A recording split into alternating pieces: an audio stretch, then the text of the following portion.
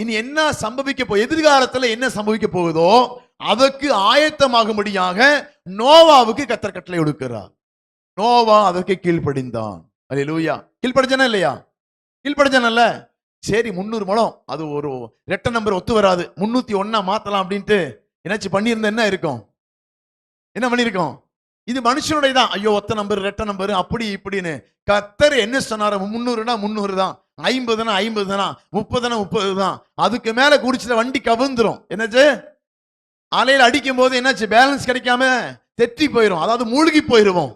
அப்போ வரக்கூடிய ஆபத்தை முன்னறிந்து நாம் நடக்க வேண்டிய வழியை கர்த்தர் நோவாவுக்கு கர்த்தர் கட்டளையிட்டார். அதன்படியாகவே அவன் செய்தான். அநேக நாட்கள் தன்னுடைய 120 வருஷம் அதற்கான முயற்சிகளை செய்து பிரசங்கித்துக் கொண்டே தன் வேலைகளை செய்து அதன் மத்தியிலும் தேவன் சொன்ன வாக்கின்படியாகவே உண்டாக்கி அதை உண்டு பண்ணி தேவன் சொன்ன மாதிரியே தேவன் அவனை காப்பாற்றினார். அல்லேலூயா.